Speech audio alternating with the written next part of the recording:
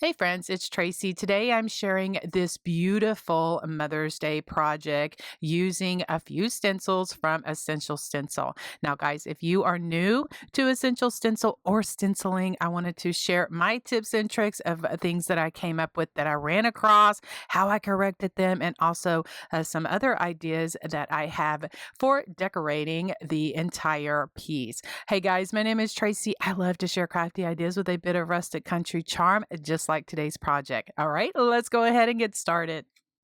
The base of my project is using this 12 by 12-inch wood plank from the Dollar Tree. I just took off the jute hanger because I'm going to be adding my own later on. For the paint color, I am using Dixie Belle Vintage Duck Egg. I love this blue color. And so what I do, guys, is I paint the front side two coats of the vintage duck egg, and then I paint the side and the back with one coat. And I have found, especially with these thin wood boards from especially the Dollar Tree, by painting the back, I do not get as much warping. The two stencils that I'm using here in this project are from Essential Stencil, and the background is Flora de Lace pattern, and the wording, which is the stencil to the world, you are a mother, to us, you are the world. That one is titled That Mom, You Are the World, and that is an 8 by 10 stencil. I am an ambassador with Essential Stencil, and so I was very thrilled to do a project like this for them using these beautiful stencils because they are absolute. I'm totally happy with the way that this project turned out. So I'm just kind of positioning my stencils how I want them to go. And I decided I wanted a little dimension for the center of my wording. So I wanted an 8 by 10 flat canvas, but I didn't have any on hand. So I had this cardboard that I save when I get packages, boxes in the mail, and it's really nice. So I just cut it down to the size that I want using that backer sheet that comes inside the plastic with the stencil as a guide, and just use my little X-Acto knife. And I do protect my table. I do have this old mat that I use to cut things on, and it's kind of thick, and I don't know, I've had it for several years, but just providing a little bit of beware because you don't want to cut your table. All right, so then once I have that the size that I want, guys, then what I do is I give it a coat of that vintage duck egg Dixie Belle paint, the same color that I painted the background of the board from Dollar Tree.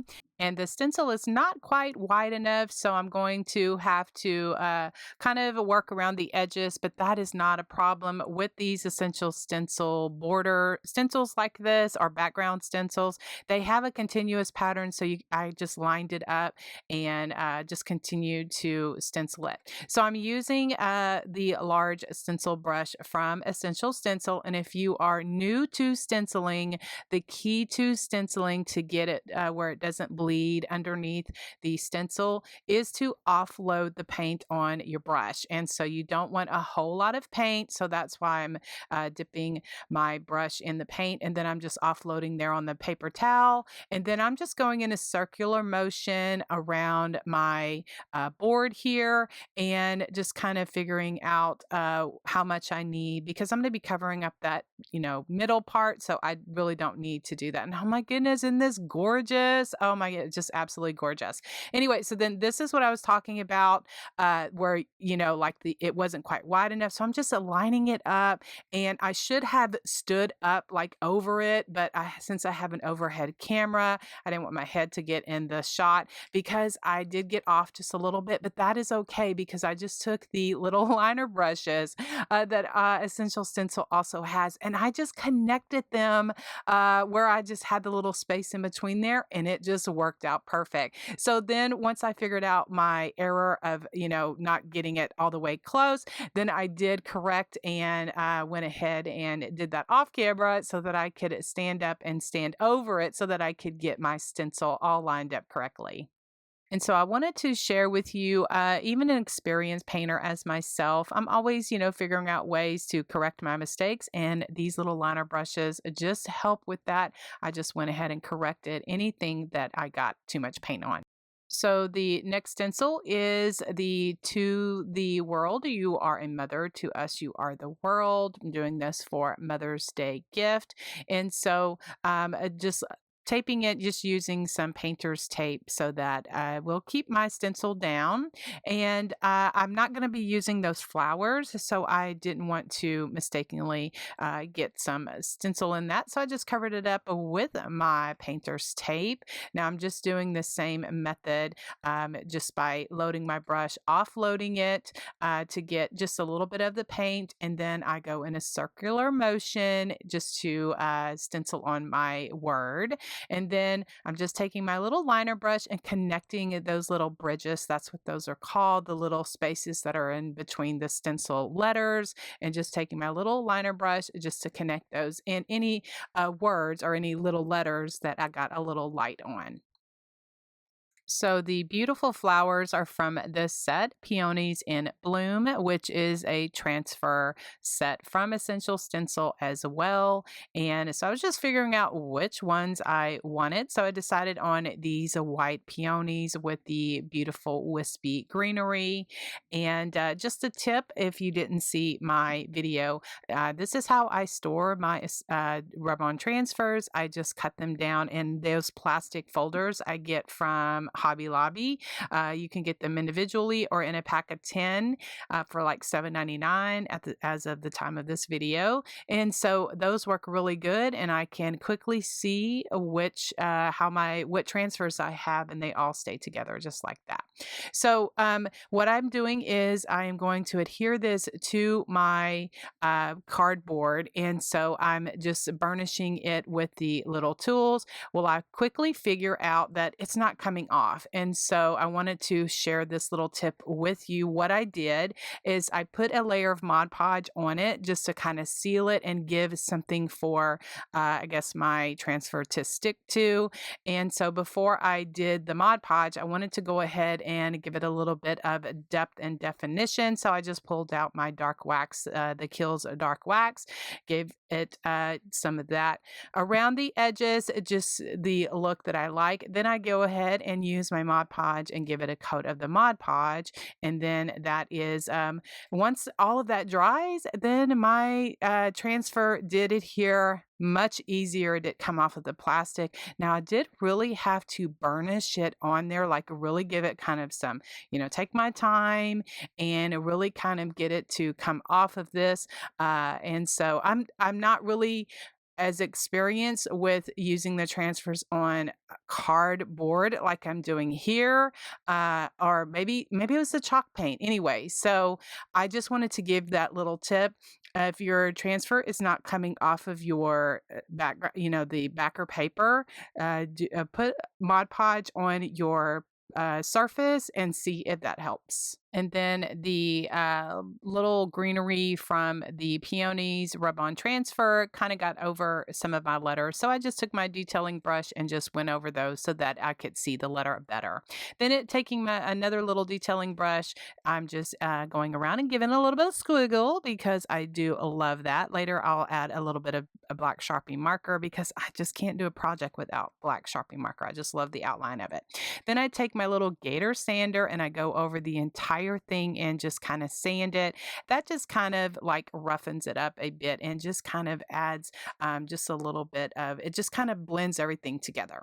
And so then I'm just measuring out, just trying to get my little center of it perfect, but I just eyeball it and it may be off a little bit, but I'm okay because this is going to be a great gift. I'm using my friction pen just to kind of put some marks on it. And this is erasable pen, guys. Erasable if you just add some heat to it. Those little marks come off. So I absolutely love using these little friction pens. And I just got mine off of Amazon. I just attach my center board to the back board with Aleene's tacky glue, let that dry.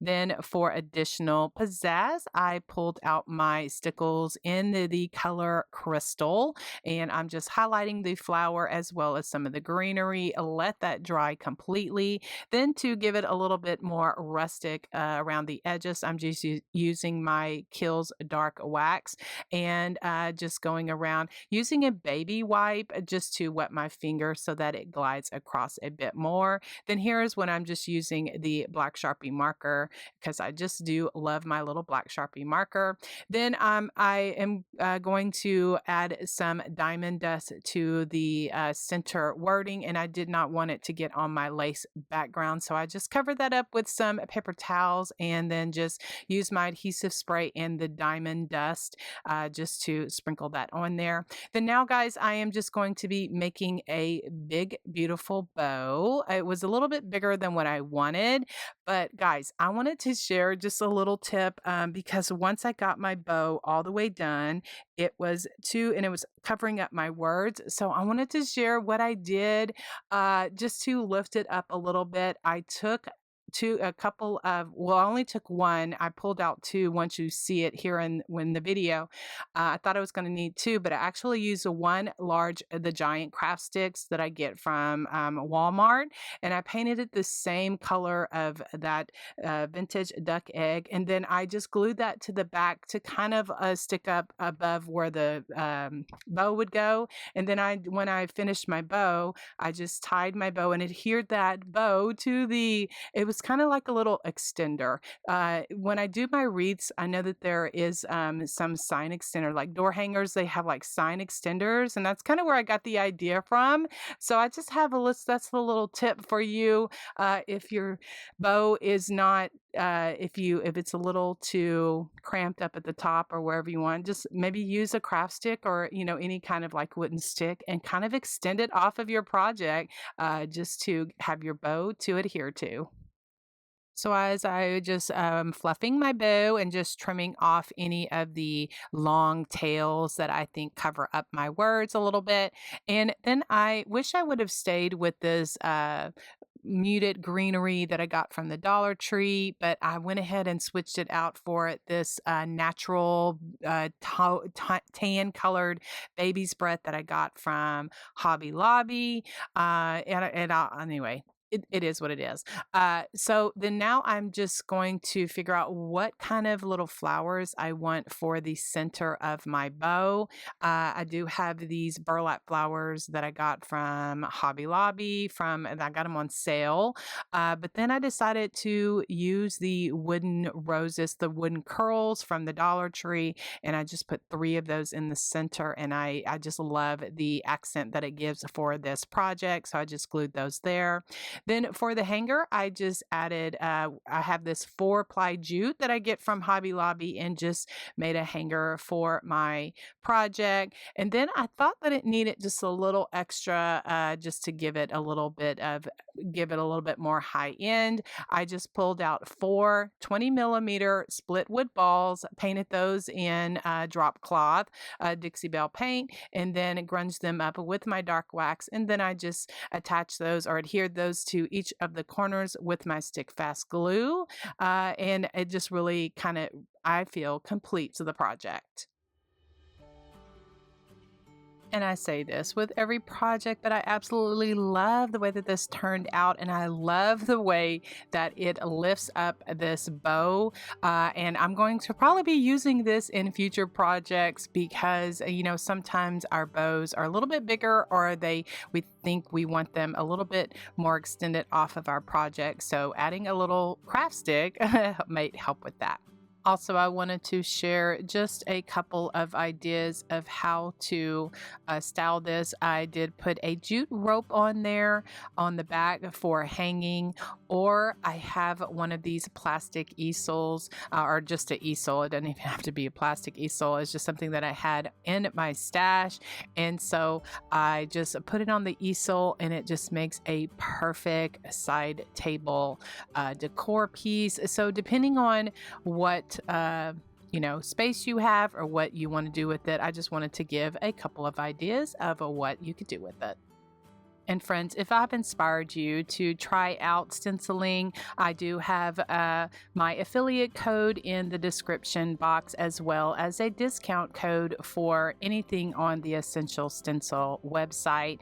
Anytime, even if these are not in stock, they are forever replenishing and coming out with new and beautiful designs. All right, guys, thanks for watching, and we will see you in the next video. Have a great day. God bless.